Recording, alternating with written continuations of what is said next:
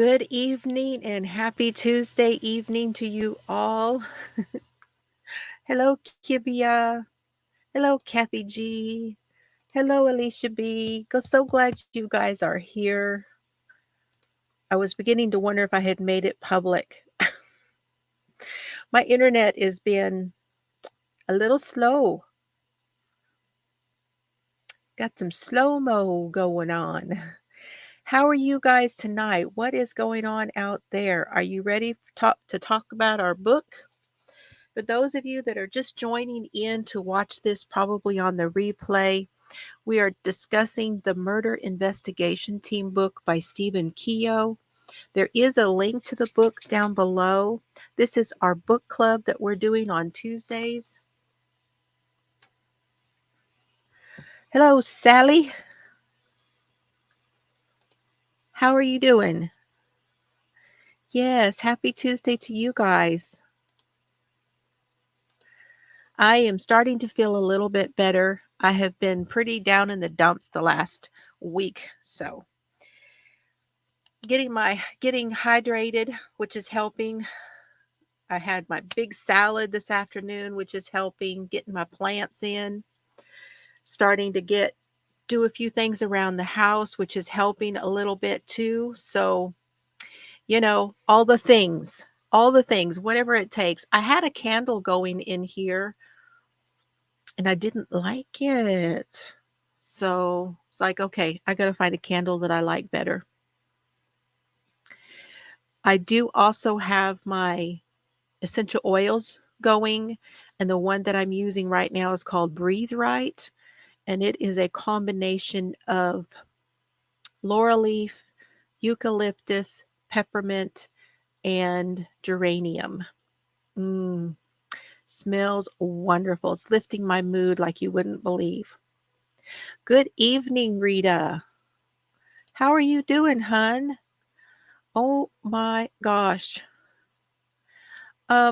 Sick, yeah, kind of. You guys have the flu? That's going around really bad, and I don't know that my Chelsea will be here again tonight because she's got another sick one at home, which means that she's working in the evenings a little bit to get some work done for, the time that she's had to go back and forth to the doctor and stuff. So I really am, you guys, anyone that's not feeling well, please know that I hear you and I hope that things are better for you soon. Hello, Mary. Good to see you. Yeah, the flu is up, definitely. It's already hitting hard in a lot of areas. And the New Orleans area is getting hit pretty hard right now with a lot of respiratory stuff. I'm sure it's bad in a lot of places. That's what I know of.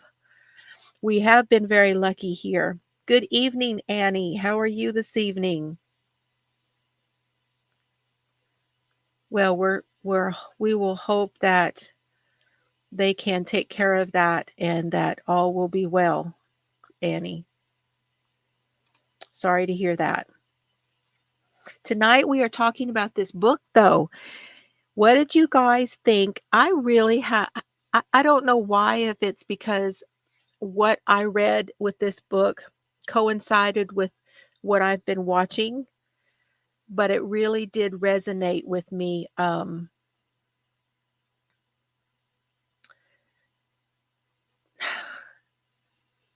Listening to trial coverage on top of what I was reading. They really coincided really well together, and I picked up on a lot of stuff this week. So I'm anxious to share that with you guys. So, what did you guys think of the book? We're specifically talking about the firearms and ballistics. So,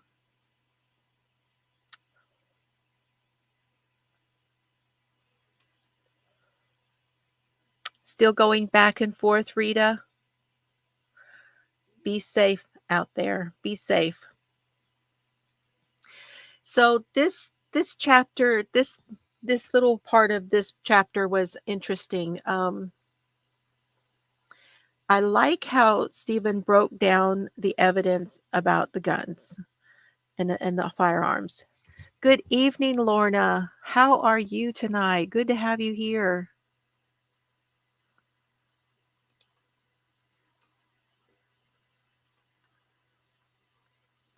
Yes, and I had watched his previous testimony.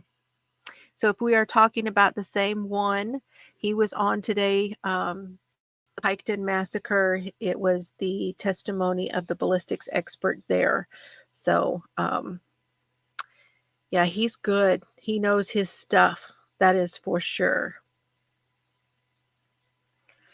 So there are three things to remember about firearms and ballistics. And in relation to the gun or the firearms, the three things to remember are the gun itself, the bullets, and the target. That's kind of the way my brain went with it. You have what came out of the firearm. You have the firearm itself. It is evidence. And then you have whatever damage was done from the firearm, which is also evidence. So when they find a firearm at a scene, they typically know when somebody has been shot or that bullets have been fired. A lot of times they find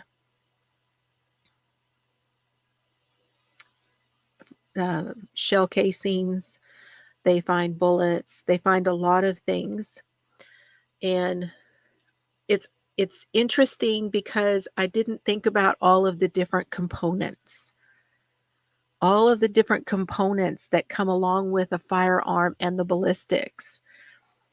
The firearm itself has all these different components to it. What makes, you don't just have the gun, you don't have just the gun and the trigger. You also have, the locking mechanism, you have the barrel, you have all these different parts that go together. And it's interesting that all of those things can serve to let someone know the evidence at a scene.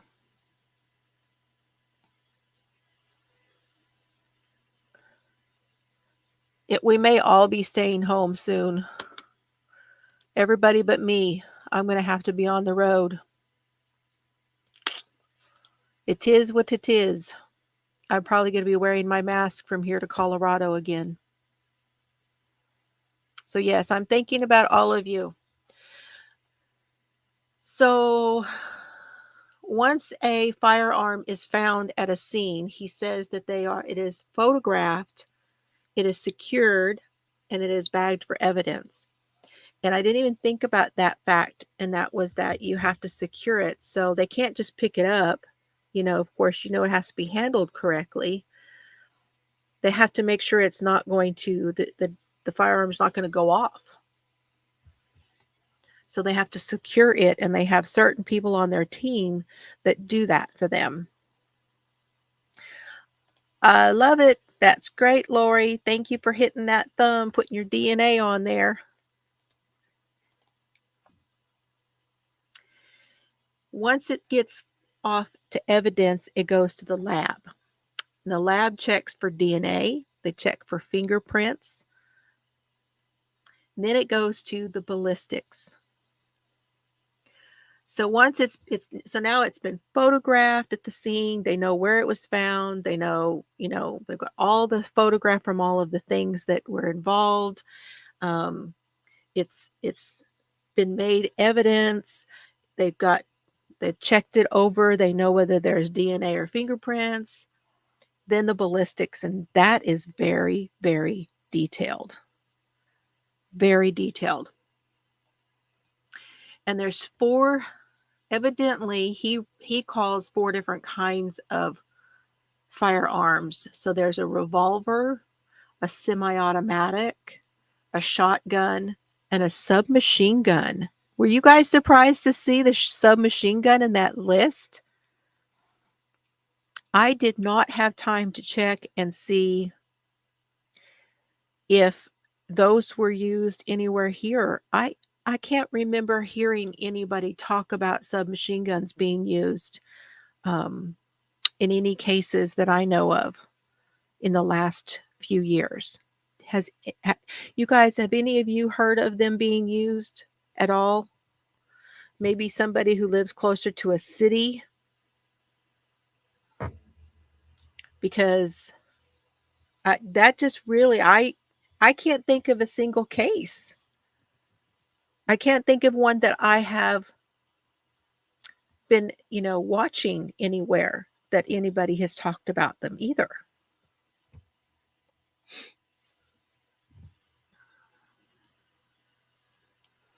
Yeah, I'm going to have to look that up and see. It's on the list because evidently he says, of course, if you're an investigator and it's out there, you're going to come across it. So I really need to do some looking on that one. Now, here's the important thing about them. A revolver is one that has the spinning drum, okay? So that they put the bullets in there and it spins, okay? It typically has 6, but there's always a lot of them you've got the 6, and then I think you get one inside too. But in case of that one, nothing comes out with the one that spins. Those cartridges stay in the gun, so nothing comes out. Hello, Lori. Thank you. Yes, one in the chamber. Thank you. That's what I mean. So a lot of times there's one in the chamber, and he didn't mention that, but I think that's the case with some guns, maybe not all of them. The semi-automatic is one that it usually can rapid fire, so you can click, click, click, click, and those cartridges come out. And the shotgun, y'all know why they call them a shotgun?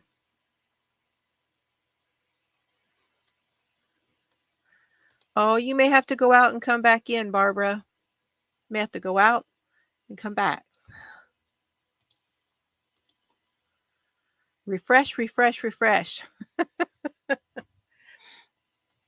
So they're not really bullets on a shotgun. So those are the little pellet type things, and they're actually shots. And so depending on the caliber of the gun and how they're loaded as to how many shots are in there. And those don't go through either.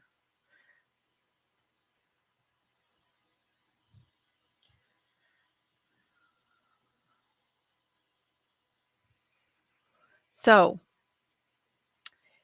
then there's talking about other types of evidence, which you have. So you have the firearm, and then you have the ballistics. And at the scene, okay, good. Can you hear me now? Good to see you, Barbara. Seeing a lot of people load those.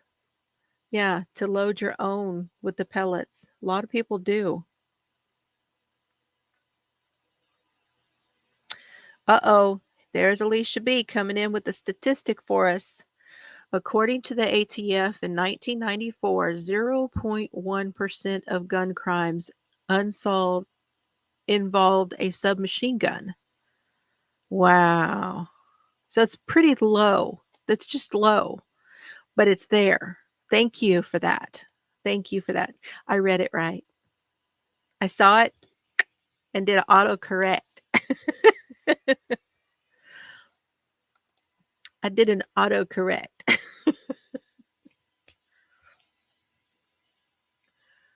So do you guys know why that he was calling it discharge?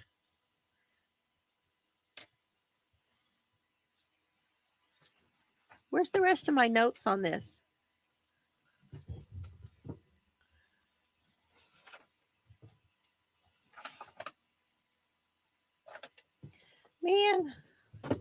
Now I don't know why I did with the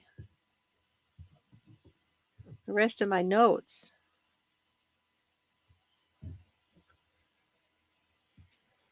Let me refer back to the book.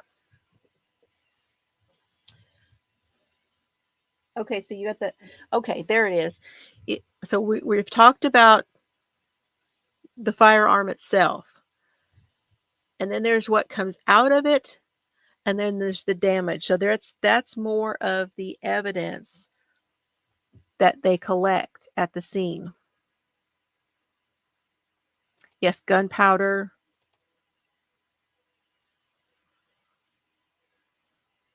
Yeah, that does not surprise me that 79% are handguns. Absolutely. You can get in and out with that. Yeah, that doesn't surprise me at all. So, if we talk about what comes out, I'm working on my Copilot. This is what I'm doing. I'm kind of changing it up a little bit.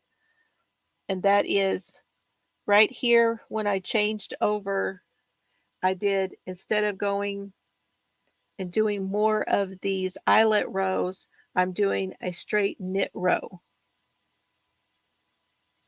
So I'm going to do that for a while. And then, you guys, I'm going to really change it up, and I'm going to bring this in. And this one, hey, Joan,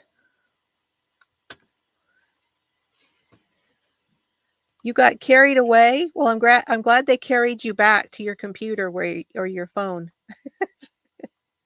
Good to see you.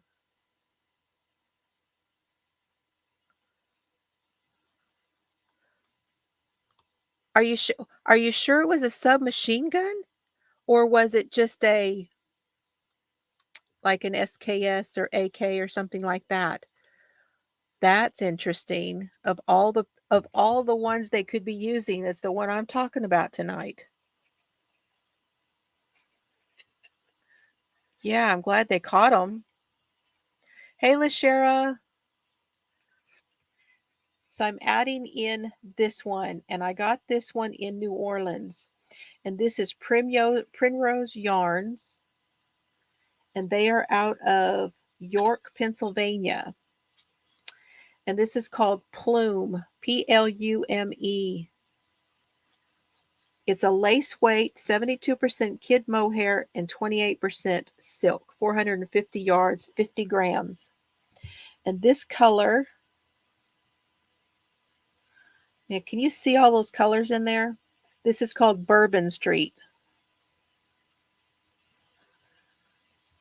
And I've been hanging on to this for a while, and it's like, you know what? If you keep hanging on to this yarn, you're still going to have it. So I need to use it. And as you know, I'm using this Kivot yarn, which is the muskox. So I think Bourbon Street and muskox would go good together. I don't know why, but I just thought that would look good. So, not far from you? Oh, you'll have to look them up then. Primrose Yarn Co. Yeah, it's good to see you, LaShara.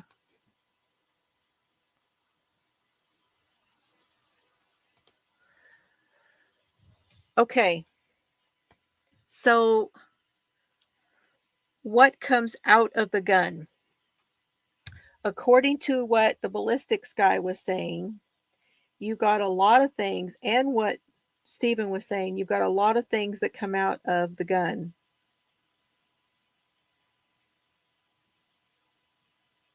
You have the powder, you have the wadding, and something else. Forget now what it was. Uh-oh. Now I've lost a stitch.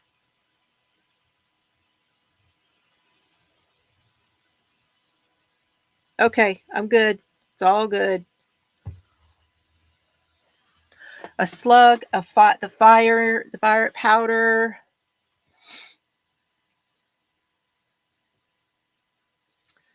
Wadding.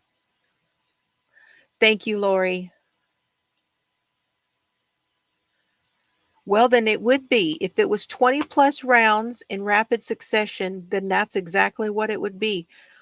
Oh my gosh. Lori, you need to move, hun. Yes, the casing. Yeah, that's good. You guys got it. So there's a lot of parts. And there's one other thing. Y'all know what another one of those things is? Residue. They call it GSR.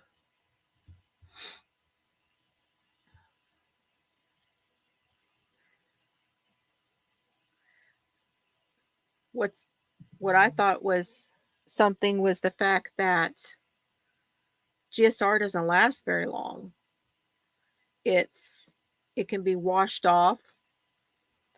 It's unreliable. Let's put it that way. GSR is unreliable because they can it can go like if somebody is standing next to somebody else, then it can get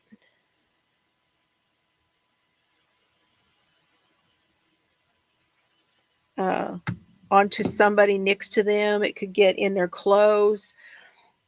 So it's not real reliable to say, well, it's on you, so it's you, because it's kind of one of those that goes everywhere, evidently.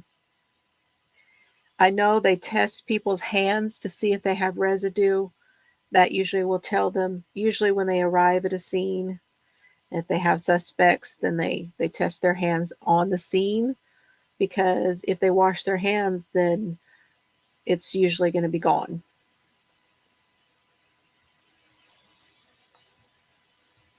It is the gunpowder, but they call it a residue, and they test for residue on everything.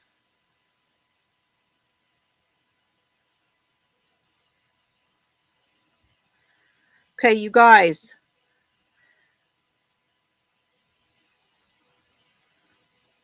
How far does a 9 millimeter bullet go? Thank you, Lashara. Y'all remember seeing how far a nine? That really surprised me, because that's something I have no real knowledge of, and that is how far you can, like if you're a good shot, how far do you need to be away from things in order for you to hit a target? That's something it that eludes me most of the time. Yes. Yes, over a mile. Isn't that crazy? A 9 millimeter bullet can travel over a mile. I cannot believe that. So when they're looking for casings, bullets, any of that kind of stuff, they actually look all over. They may find a bullet that did not actually hit its target, so then it would be there, or it went through its target, so then you've got one that has got, DNA and stuff like that on it. You've got the possibility of DNA and fingerprints and things on bullets, because people do load. They will load a magazine to put them in, or they load them directly into the gun. So then you have DNA on them. There's a lot of places that they look for all of this stuff. So what came out of the the gun is also important, and then whatever they may have hit. So anything they may have hit, person, things, you know, also part of it, because they have to collect all of it. Hello, Tammy. Good to see you. Glad you're here.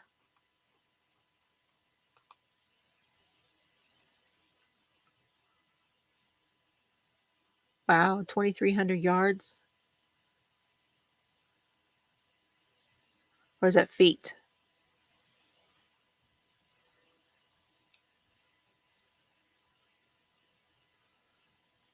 Yeah, it can they can travel through objects, they can travel through people, and then so they have to collect everything. They also collect the casings.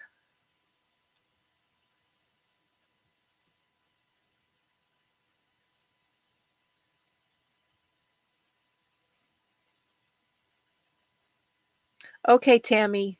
Well, I'm glad you're here. Maybe you can just listen in. So now I'm doing a row of purling, you guys, to create another little section here. This will create, so I've got this section that I put on first, and then I've got the eyelet, and then I've got this stockinette section, and now I'm purling another one, and then I'm going to add in this fuzzy yarn. Yep, resting's good.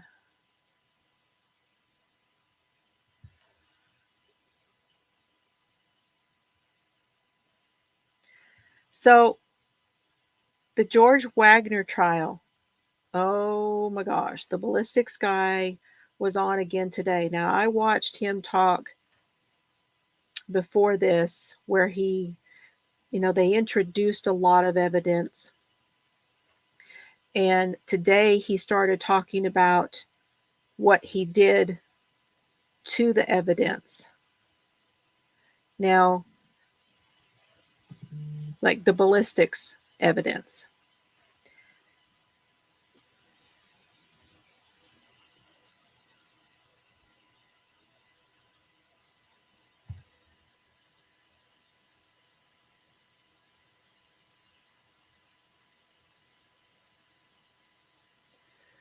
Good Lord.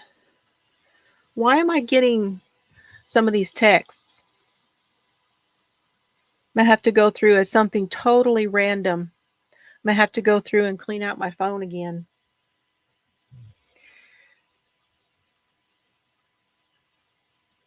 So Matt White was the ballistics expert. And here's what he did.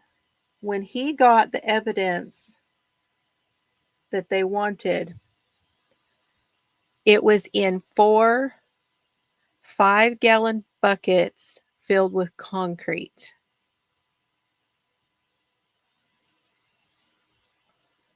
Hi, Kat. Good to see you. Yeah, must be just another batch of them that are getting through the phone texts. They irritate me though.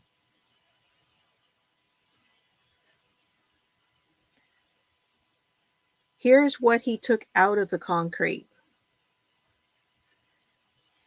ammunition, flashlight parts. He got parts off of a Glock, an SKS, and the 1911, which today I learned that the 1911 is also a pistol.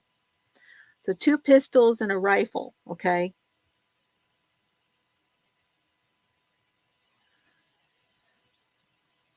Buckets with concrete. I know. Sounds like Scott Peterson. So what the Wagners did is they took um, they took the firearms, they cut them up, they tried to burn them, they tried to torch them to torch the numbers off, they tried to destroy the firing pins so that they could not be used, and then they took all of those and they put them into buckets and poured concrete into the buckets. And then they took those buckets and they tied them to that because they also put rope into the concrete so that it would solidify with the rope with the lid on. And then tied the rope to a big goose box. So it was an actual goose box. So kind of like a chicken coop, but this was for geese.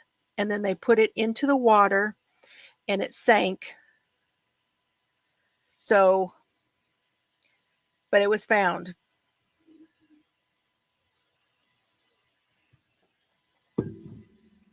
Jake actually told them where it was, where they could find it. So they pull this goose box out and they pull out the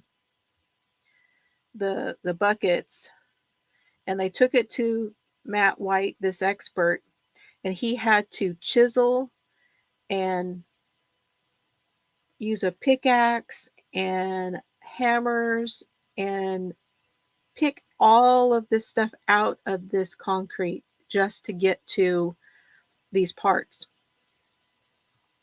Crazy, huh? They cut it up. Everything got cut up. They used what he said was either a rotary saw or a Dremel tool, and he could see that that was what the marks look like on them, and they cut them up and then put them in the buckets with the concrete.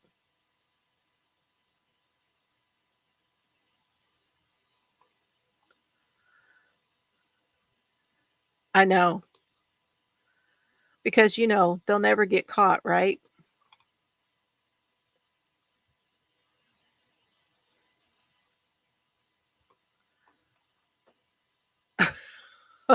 You never get visit Centralia, Pennsylvania, cracks in the old road. You could throw a lot down them and never see it again.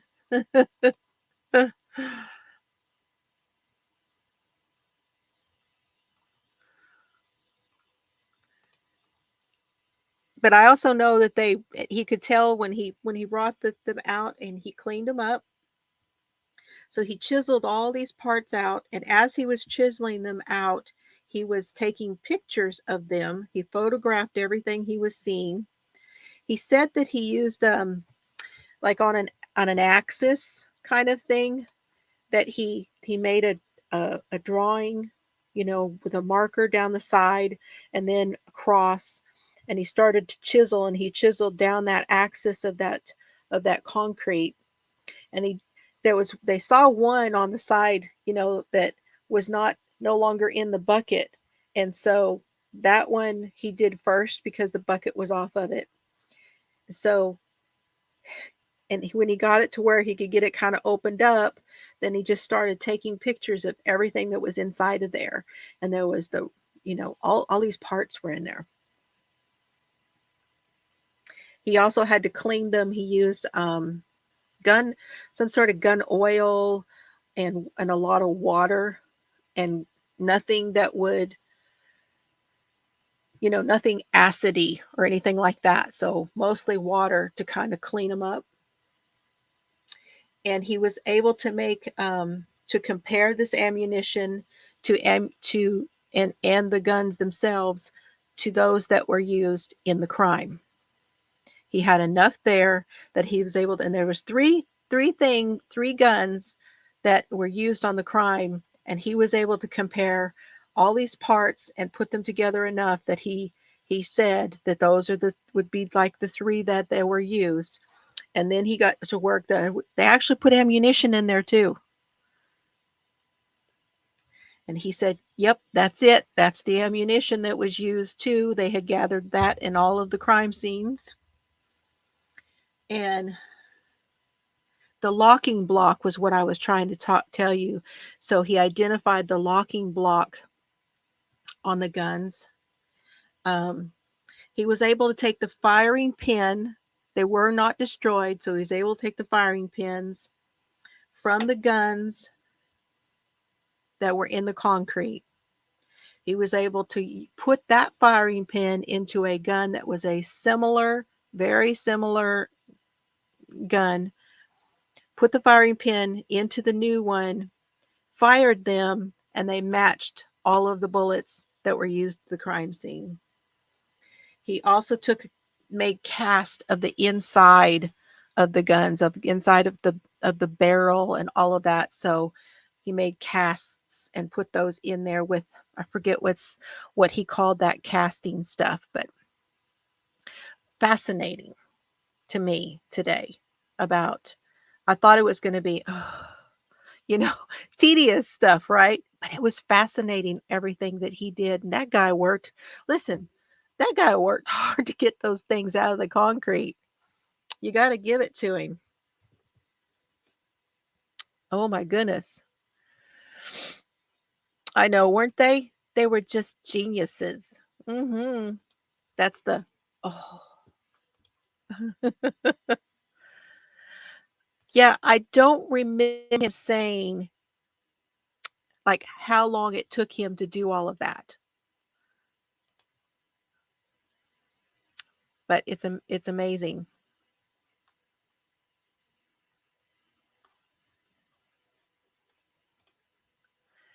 So that, my friends, is what I have for you for today.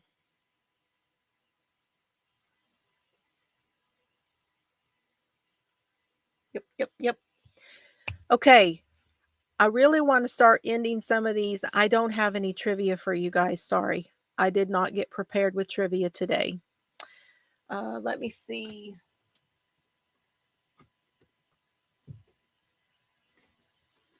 We do need to give away another set of bookmarks.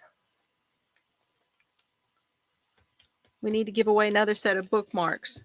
So all I'm going to do, I'm going to mark the chat, and all I'm going to do is ask you guys to tell me up until this point of today, tell me what your favorite part of this book is so far.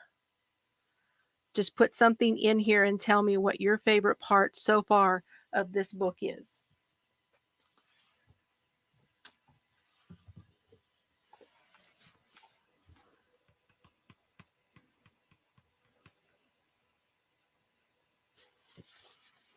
That is right, Tammy. Tell me your favorite part of the book so far.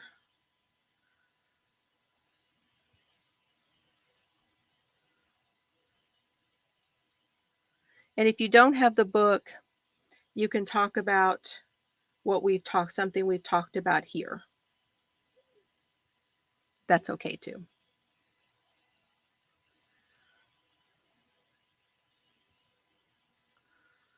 Yeah, now we're done with the forensics part. Now we get to find out how they use it. Alicia says the blood evidence, forensics, the blood. The blood is very popular. The forensics. Me too. I am all about the forensics. I love the forensic stuff is just fascinating to me. There you go. The residue information. Okay. It's very interesting. And it's learning, you guys. We're learning stuff, right? Okay. Now I'm going to mark the chat again. Y'all got your answer in there? I'm watching my little clock up here.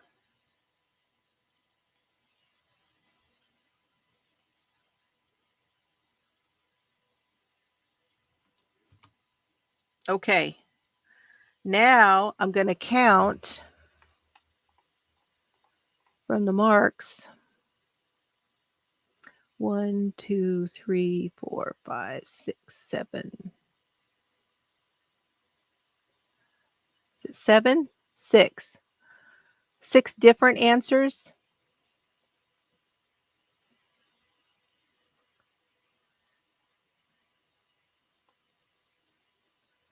I think you may be right. 6 different answers.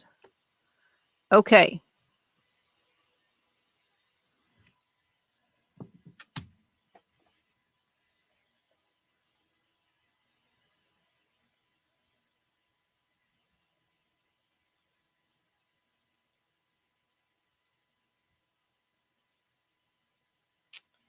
How do anybody remember how to do the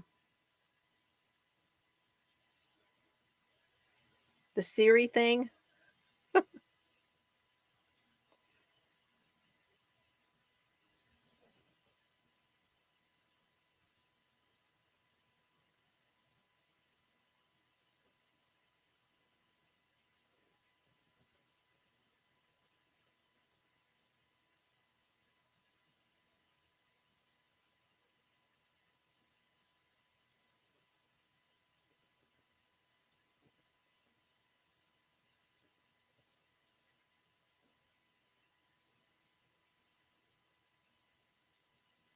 I got a random one.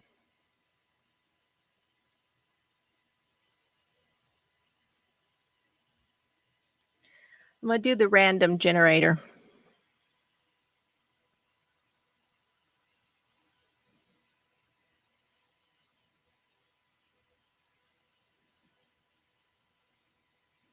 Okay, it says 4. Did between 1 and 6, and I got 4. Who's number 4?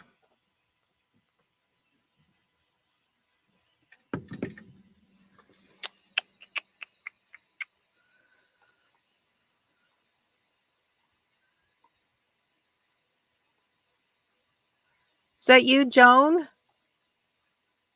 Is it Joan? I think it is. Yeah.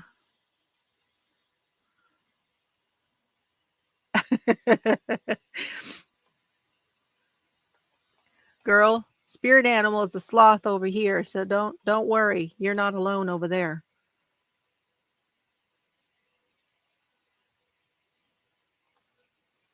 Oh, that sounds good, Joan. That sounds good. I need to learn to make a crust. Okay, it's you, Joan. So you'll have to tell me what color. Give me a color.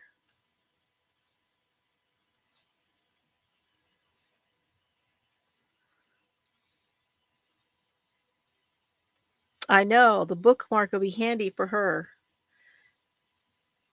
How about, since you're doing the plant-based, you want the pineapple one? She's saying orange. Oh, here's a pretty orange one.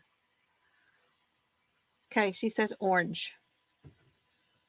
I'll pick something that goes with that.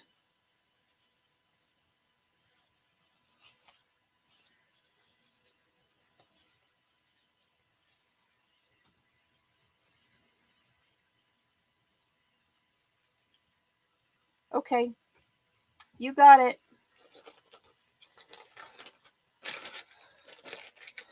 Okay, you guys, that is all I've got for tonight. I do have company coming this week. We have company coming. I don't know right now whether they will be here at the house because Mr. Fiber is getting 3 more teeth pulled tomorrow. He will have 3 teeth left after that. So unfortunately, I won't be here for the next time. Oh, that sounds good. Raspberries for later. Woo woo. Hi, Nisi. Good to see you. So I've got the lives posted. However, don't be mad at me if I have to take them down because if we find out we're going to go out to eat or something, and if he feels up to it, then I may have to make some changes. So everything has been scheduled. I'm just saying, it's fluid. Things are fluid right now. But he's looking so forward to being done with this and being able to get fitted for his dentures. He says he wants to eat something crunchy. He's looking he's looking forward to being able to eat salad properly, to be able to eat cashews. That's one of his favorite nuts. He's so excited about being able to crunch things, to bite into a sandwich, to bite into a piece of pizza because it's just absolutely wonderful. Now that I have my teeth done, it's amazing to be able to eat properly. Go with the flow. That is exactly right. So, I will see you guys. Any ideas what you guys want for Thursday as far as the food talk?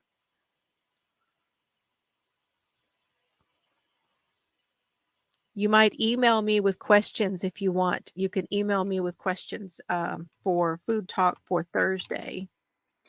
I don't think he's going to feel like doing much of anything Thursday. I really don't think so. It's Friday. I'm not real sure about. So,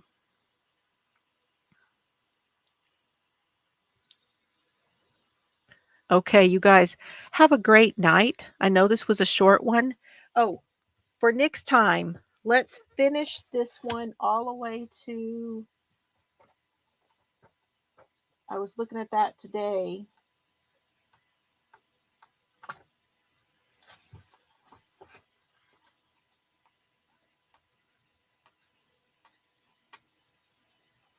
We may just get together and do like we're